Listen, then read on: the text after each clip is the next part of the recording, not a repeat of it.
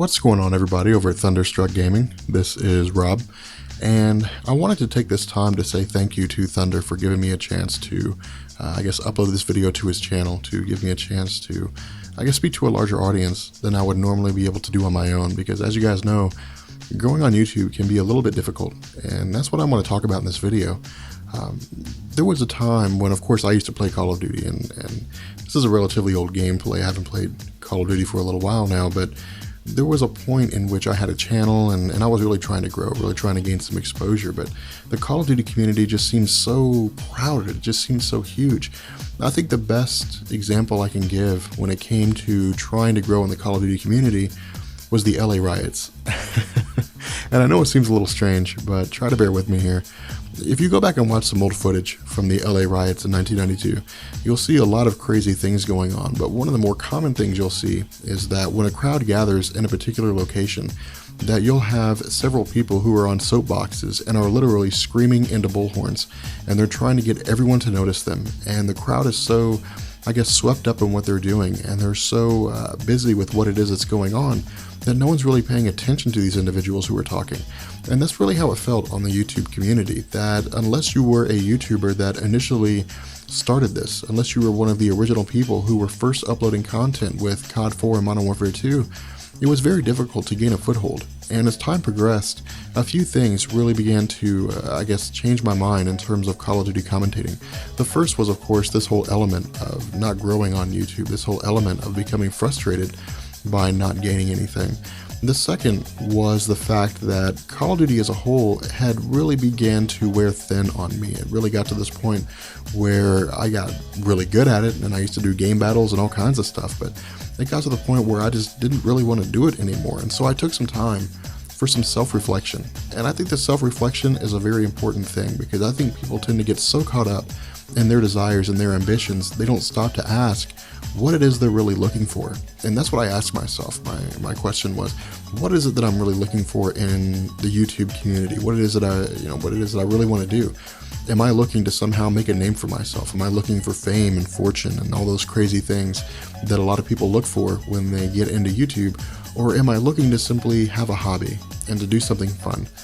And so I took 2 weeks off work, and I sat around and really thought about what I want for my future, what I want for myself. I knew that doing YouTube for a living is something that I wanted to do, but the question is, how do I want to go about it? How do I want to do something that's unique and interesting and something that I won't get burned out on? And so I uploaded a video to my channel. I got a little caught up in my words there. I uploaded a video to my channel about Jason Wyngarde, who is a character from Marvel Comics and is a guy that has the ability to manipulate all 5 senses and to make you believe that whatever it is that's going on is real, despite the fact that it's an illusion. And I loved it.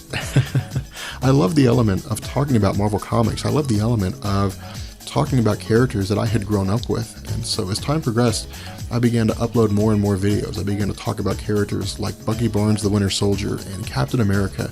And I really felt comfortable. I felt comfortable in my own skin for one of the first times when I was involved in the YouTube community. I felt like this is the one thing that I wanted to do. And I don't necessarily want to come off preachy. I don't want to come off as though I'm somehow holier than thou and that I have these pearls of wisdom that you should all listen to for your greater benefit. But what I do want to say is that I think that there comes a point in our lives when we feel as though we might be spinning our wheels, that we feel as though we're running so fast and we're working so hard, but we're not actually going anywhere. And I think that it's important that when that time comes, that we ask ourselves, what's our motivation? What's our goal behind what it is we're looking to achieve? If our goal is something very, superficial is the word I'm thinking of.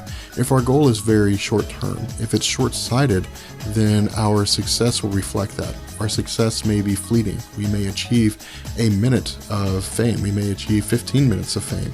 But the long-term goal, the long-term happiness that we're all looking for just won't be there. But if we make these goals and these ambitions something that will stick with us, something that are a defining part of our character and us as people, then I think that we'll find that our goals in the long term will be just as beneficial to us. Again, I hope I'm not coming across here too preachy to you guys. I know that a lot of you guys aren't dumb. You guys aren't idiots. You guys know what's going on. You guys know a reasonable commentary when you hear it. And so I want to make sure that I'm talking to you, eye to eye, as opposed to sounding like I'm talking down to you guys. But I think I'm just going to go ahead and shut up right there. But again, I do want to say thank you to Thunder, and I want to take these last couple minutes to talk about, my experience with Thunder. I've been part of the Call of Duty community, at least I was, for quite some time, and I was there when YouTube was first exploding, when the CNNers and the Hutches of the world were growing into prominence, and I was there when "You Ain't Grizz, Baby" was first born. That was one of my favorite catchphrases for the longest time, and it's great to see that after all this time, that Thunder is finally getting recognition, that Thunder is finally picking up steam in the Call of Duty community, and that he's at 500,000 subscribers right now, which is definitely something that he deserves, definitely something that he's really worked for. And so I really wanted to say congratulations. I know it might be a little bit late. I have no idea when this video will get uploaded, if at all, but I wanted to say congratulations, and I wanted to say that I'm glad to see that all the hard work that you've put in has finally paid off.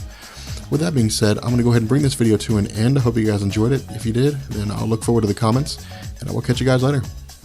Peace.